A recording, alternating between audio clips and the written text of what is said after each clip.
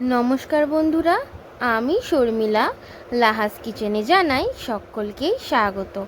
আজকে আমি আপনাদের জন্য নিয়ে এসেছি ঝটপট আলু পোস্তের একটি দারুণ রেসিপি। চলুন তাহলে রেসিপিটা শুরু করা যাক। প্রথমে আমি কড়াইতে সর্ষের তেল গরম করে নেব। এরপর আমি কেটে রাখা আলু ভাজা ভাজা হতে দেব। এরপর দিয়ে দেব পরিমাণ মতো নুন দেওয়ার পর আমি আরেকটু ভাজা ভাজা করে নেব। ভাজা ভাজা হয়ে গেলে দিয়ে দেব হাফ চামচ হলুদ গুঁড়ো দিয়েও কিন্তু আমাদের খুব ভালো করে আলুগুলোকে ভেজে নিতে হবে।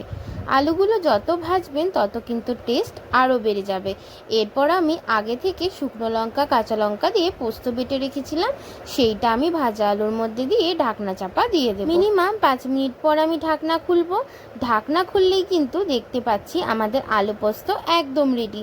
আমি কিন্তু আলু পোস্ততে কোনো এক্সট্রা জল ব্যবহার করি না, পোস্তের মধ্যেই যতটা পরিমাণ জল লাগবে ঠিক ততটাই দিই। এবার গরম গরম ভাত বেড়ে নিন, সাথে নিয়ে নিন বিউলির ডাল। আর এই রকম যদি আলু পোস্তর সাথে থাকে তাহলে তো আর কোনো কথাই নেই। আমার এই রেসিপি ফলো করে যদি আপনারা এইভাবেই আলু পোস্ত বানিয়ে নিতে পারেন তাহলে তো সত্যি বলছি দারুণ লাগবে। কি আজকের আমার এই আলু পোস্তের রেসিপি কেমন লাগলো অবশ্যই কিন্তু আপনারা বাড়িতে ট্রাই করে আমাকে কমেন্ট করে জানাবেন। ভিডিওটা ভালো লাগলে ভিডিওটাই কিন্তু অবশ্যই লাইক কমেন্ট শেয়ার করতে একদম ভুলবেন না। আরও এই রকমই নতুন নতুন রেসিপি দেখার জন্য কিন্তু সাবস্ক্রাইব করে নিতে হবে লাহাস কিচেন চ্যানেলকে। চ্যানেল সাবস্ক্রাইব করা কিন্তু খুব সোজা। চলে যেতে হবে ইউটিউবে আর সার্চ করে নিতে হবে লাহাস কিচেন চ্যানেলকে।